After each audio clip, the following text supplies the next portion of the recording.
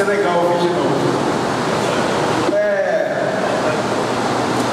No ano passado, eu estava morando na cidade de Campinas e fazendo um seminário, cursando um seminário, e um dia eu cheguei em casa, depois da aula, minha esposa estava trabalhando, já tinha deixado o almoço encaminhado, então foi só esquentar ali o almoço, né? Não precisava preparar muita coisa, e eu almocei, e eu tinha algumas coisas para fazer na parte da tarde, tinha que comprar algumas coisas e voltar a estudar, se eu não me engano estava em época de provas, e foi isso que eu fiz, eu almocei, só que eu estava bem cansado, eu falei, vou deitar aqui uns 15 minutos, vou dormir, descansar, né, porque não dá para dormir, dar uma cochilada, e depois eu vou comprar as coisas que eu tenho que comprar, e depois eu vou voltar a estudar.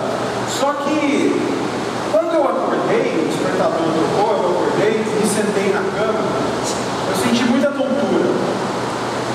Muita tontura e de cara eu pensei, minha pressão caiu, já tinha acontecido antes, minha pressão caiu. Eu falei, vou deitar de novo. Eu não entendo, não sei como que resolve o problema de pressão, normalmente eu vou no médico.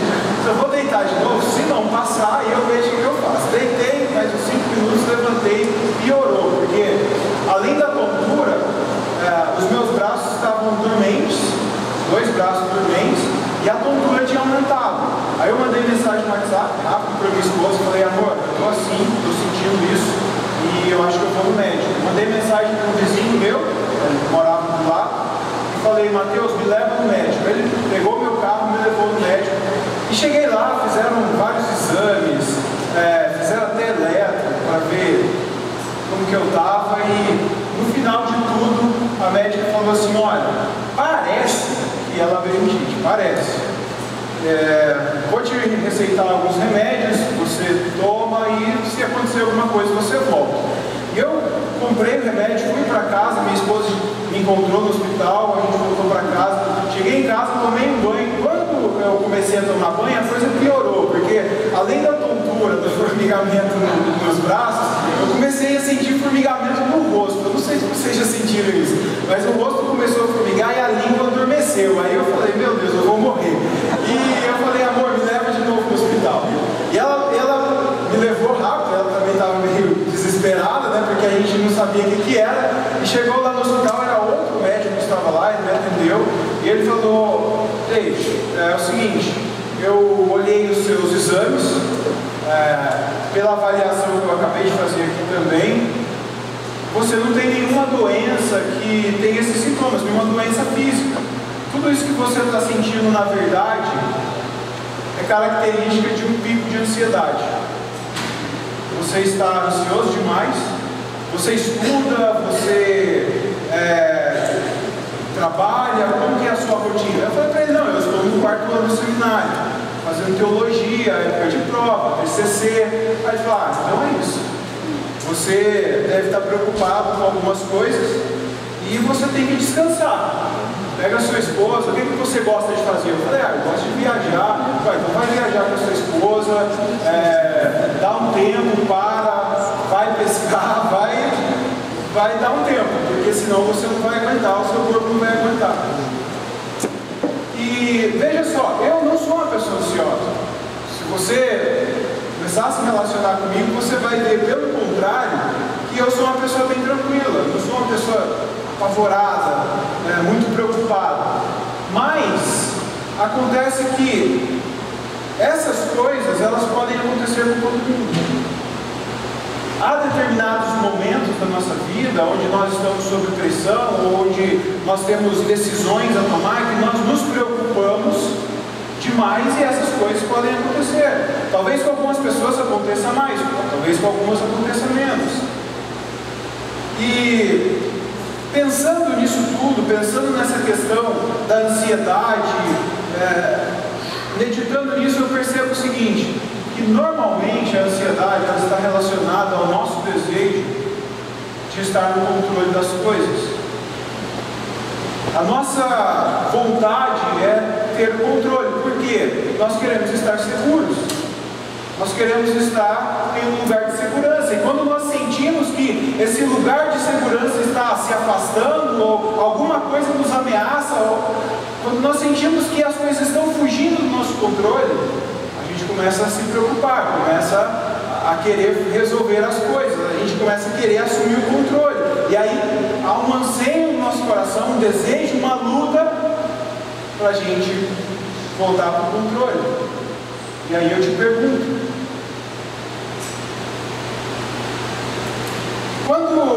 quanto você tem desejado estar no controle das coisas?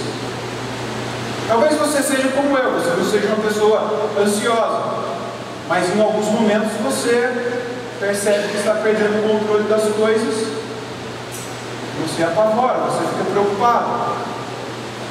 Quanto você tem insistido para estar no controle das situações? Quanto medo você tem de que as coisas fujam do controle, que elas escapem das suas mãos? Tudo isso tem a ver com ansiedade, mesmo que você não seja ansioso. Tudo isso tem a ver com preocupação. Mas eu sei que muitos de vocês vão dizer o seguinte: então está tudo certo, se todo mundo está sujeito a isso, significa que eu sou igual a todo mundo, então está tudo bem. Só que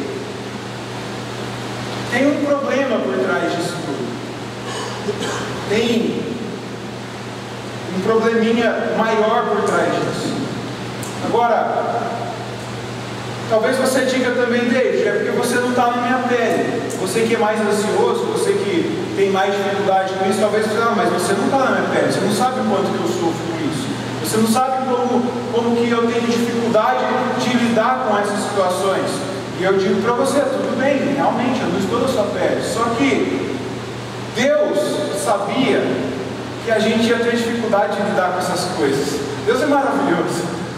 E eu vejo que quando Deus estava inspirando pessoas para escrever a palavra que nós temos hoje, certamente Ele, sabendo dessas dificuldades, deixou registrado algumas coisas para nós.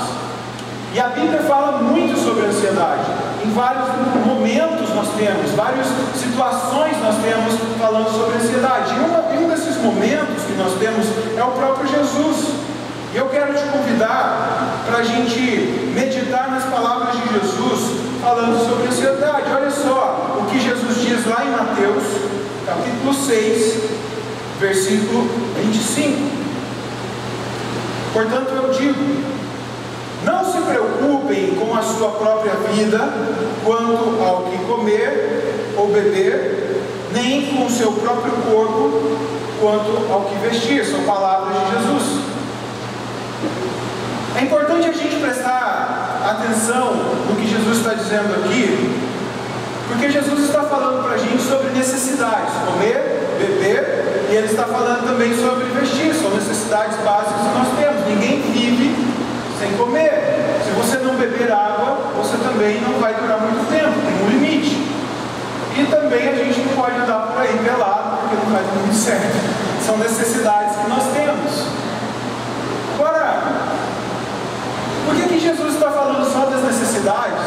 E eu quero fazer esse parênteses aqui, porque é muito importante. Por que Jesus está falando só das necessidades aqui em Mateus 6,25? Ele não está falando das outras coisas. Porque você vai concordar comigo que muitas vezes a sua ansiedade, a sua preocupação, não é por causa das necessidades. Às vezes você se preocupa com outras coisas. E quando a gente volta um pouquinho, aí em Mateus 6 mesmo, a gente vai perceber que bem antes disso, Jesus está falando sobre os dois senhores. Ele diz: vocês não podem ter dois senhores, servir a dois senhores. Vocês não podem servir a Deus e servir a Mamon. E o que Jesus está combatendo é exatamente essa adoração às coisas que Mamon fornece. Veja, eu vou falar o que a maioria das pessoas falam quando nós estamos pregando sobre isso. Não quer dizer que você não pode ter coisas. Quer dizer que você não pode ser escravo delas. Você não pode ter o seu coração nelas. E é isso que Jesus fala. Jesus fala: aonde estiver o seu coração, aliás, onde estiver o seu tesouro, ali também estará o seu coração.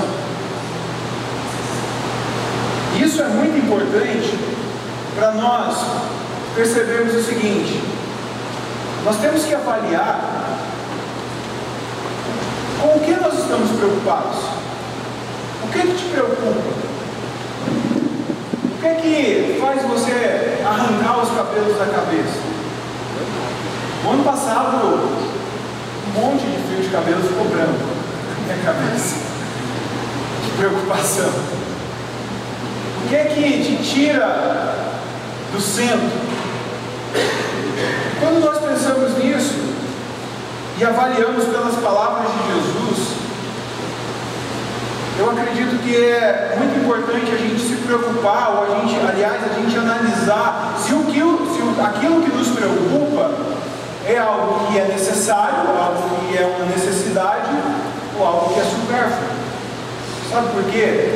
Porque se aquilo que está te preocupando é algo supérfluo, talvez o seu coração não esteja no lugar certo. Porque se o seu coração está em Deus, como Jesus disse, o seu coração está no lugar certo, se você está adorando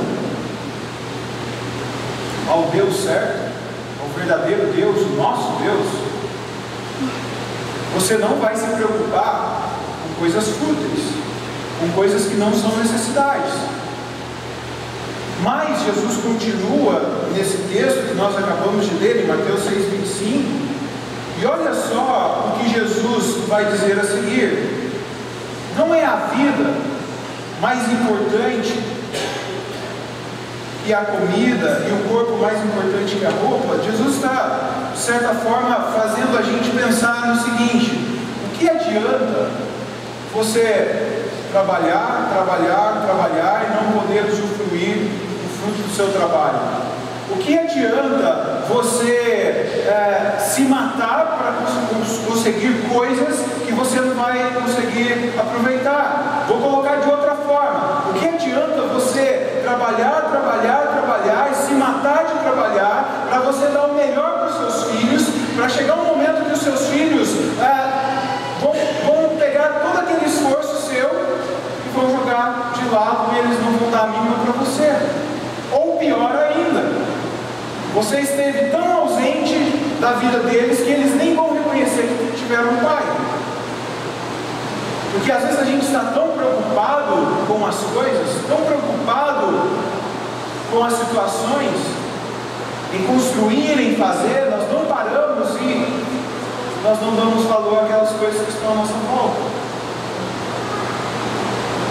Jesus continua falando sobre isso e ele vai chegar no cerne do problema. Veja só o que ele vai dizer: observem as aves do céu, elas não semeiam nem colhem, nem armazenam em celeiros, contudo o Pai Celestial as alimenta.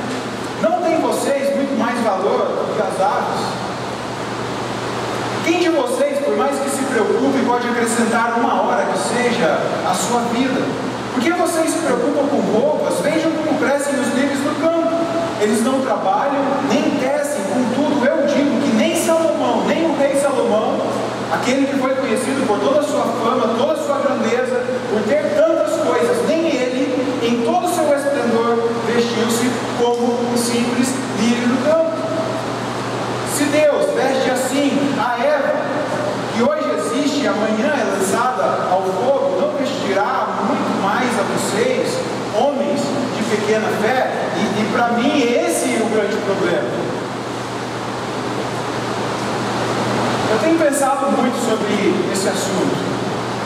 Eu não sabia que o pastor Pedro ia falar sobre isso na ministração de hoje de manhã. Nós na igreja já trabalhamos sobre esse assunto. E hoje de manhã Deus falou muito forte no meu coração. Tem pessoas aqui que precisam entender um pouco mais sobre isso que nós estamos falando. Eu acredito que Deus quer fazer alguma coisa aqui na sua vida hoje. Sabe por quê? Nós vivemos em um mundo que nos cobra demais. Nós vivemos em um sistema que nos cobra demais. Cobra muito das crianças. Os pais dentro de casa estão cobrando das crianças. Nós fazemos isso com as pessoas. Nós funcionem como objetos, que nós apertamos um botão e tudo está resolvido. Eu faço isso, você faz isso. E as pessoas fazem isso com a gente. Quando as pessoas fazem isso, nós entramos em um ritmo acelerado. E o pior de tudo é que muitas vezes, com essa ânsia de estar no controle de tanta coisa, nos falta fé. Nos falta fé. Eu não estou querendo dizer que você não acredita em Deus, tudo bem? Eu sei que você acredita em Deus, não é isso que eu estou dizendo. Mas muitas vezes nos falta fé.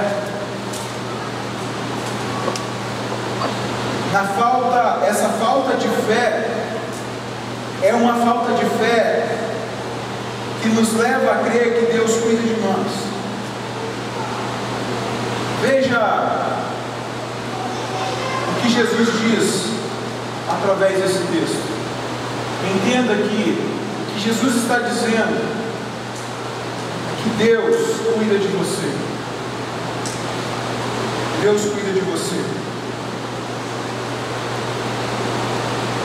Não se preocupem dizendo o que vamos comer, o que vamos beber, o que vamos vestir, pois os pagãos é que correm atrás dessas coisas. O Pai Celestial sabe que vocês precisam delas. Deus sabe daquilo que você precisa.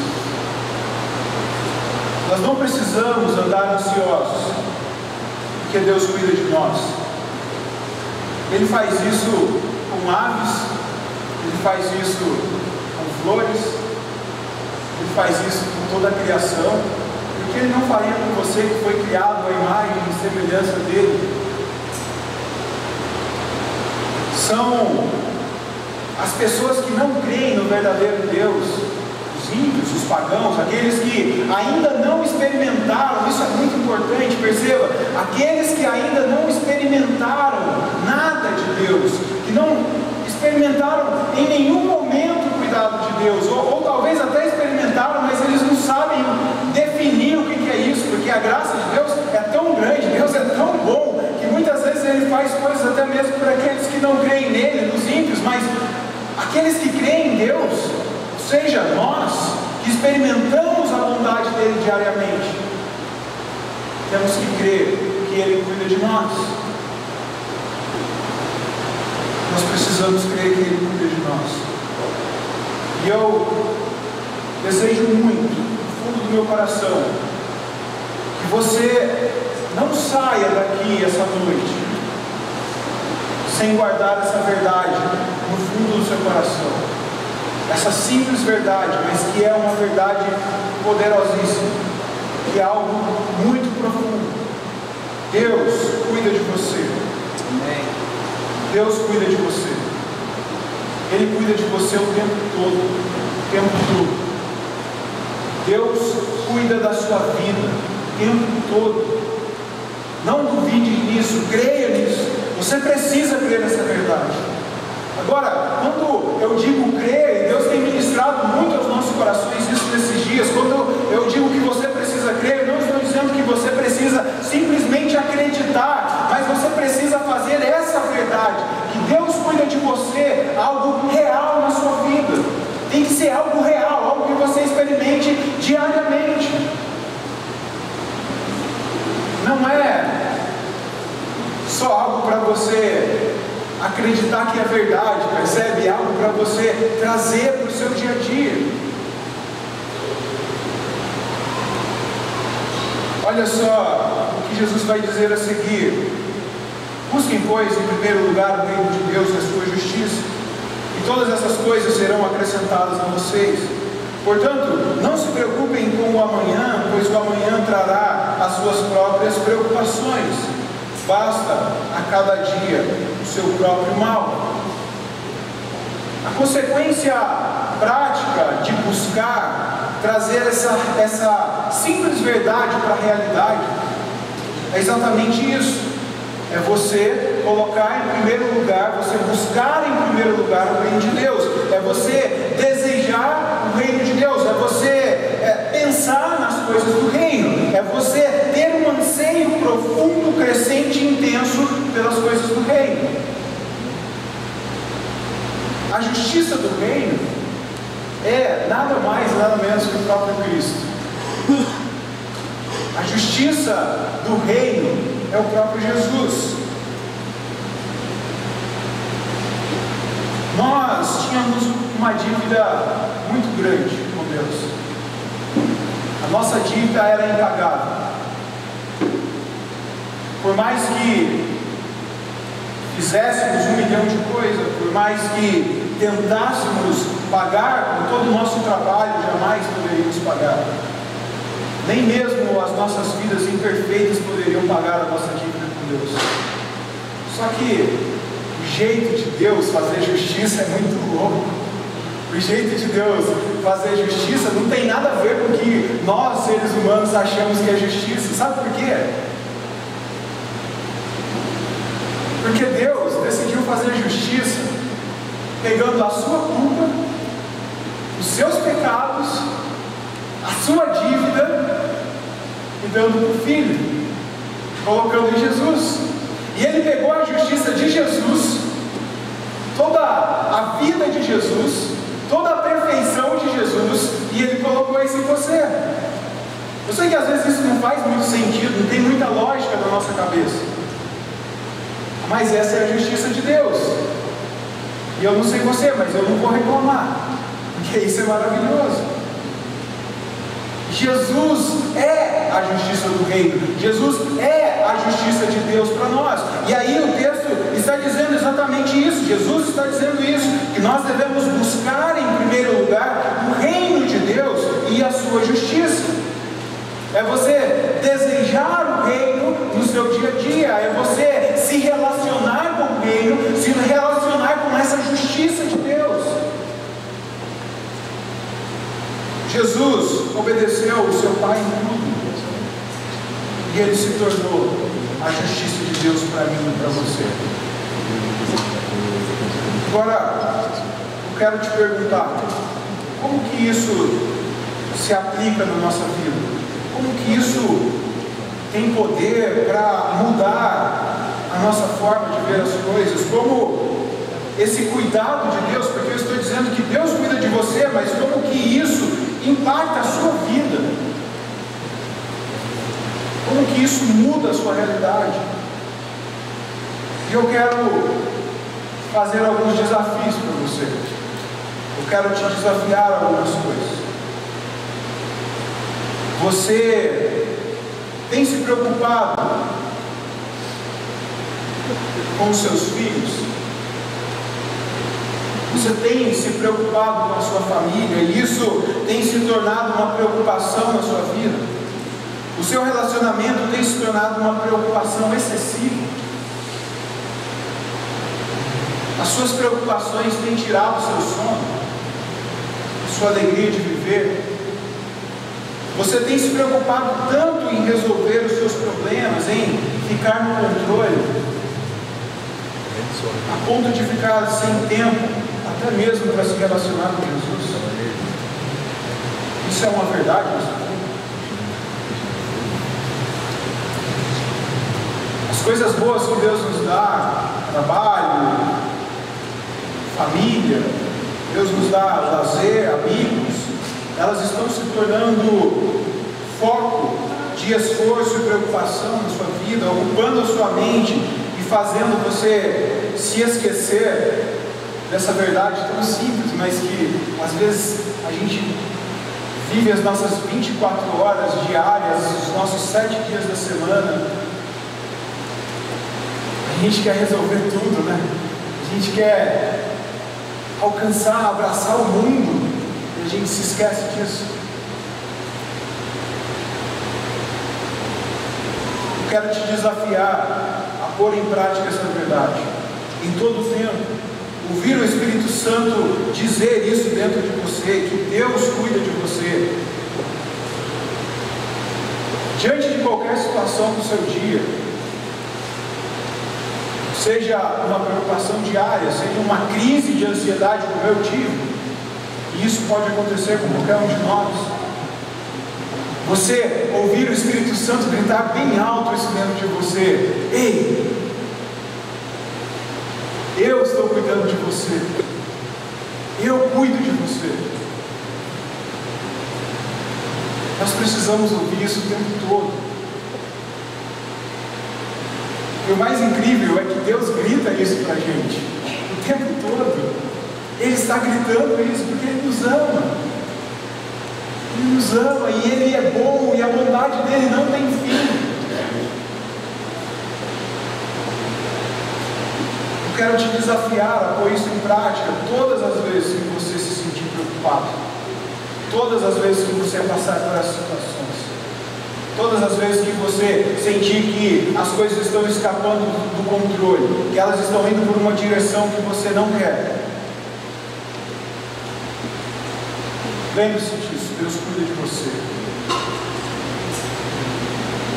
Você consegue imaginar como que seria essa vida constante? Imagine agora, eu quero que você pense agora, daqui para frente, como se torna a vida, essa vida experimentando a bondade de Deus, sempre. Tente imaginar isso. Imagine como é viver uma vida sem medo. Se você não tivesse medo de nada, o que você ia fazer? Pense nisso. Talvez você deseje muito fazer alguma coisa e você tem medo de fazer. Talvez coisas simples. Não sei, vou chutar aqui, viajar de avião. Tem gente que tem medo de viajar de avião. Imagine o que você poderia fazer. Imagine a segurança que essa verdade vai te dar diariamente. Deus está cuidando de você, Ele está ali com você, a bondade dEle está te cobrindo. Imagine experimentar esse cuidado de Deus nos relacionamentos. Às vezes a gente se relaciona com as pessoas com medo, baseado no medo, na insegurança. Às vezes a gente se relaciona com as pessoas querendo resolver tudo por elas, achando que em qualquer momento as pessoas vão errar com a gente e vão nos ameaçar a nossa segurança. Às vezes a gente se relaciona com as pessoas. Gente, deixa eu falar uma coisa. Você que é pai, cuide do seu filho, ame o seu filho, mas não queira viver a vida do seu filho.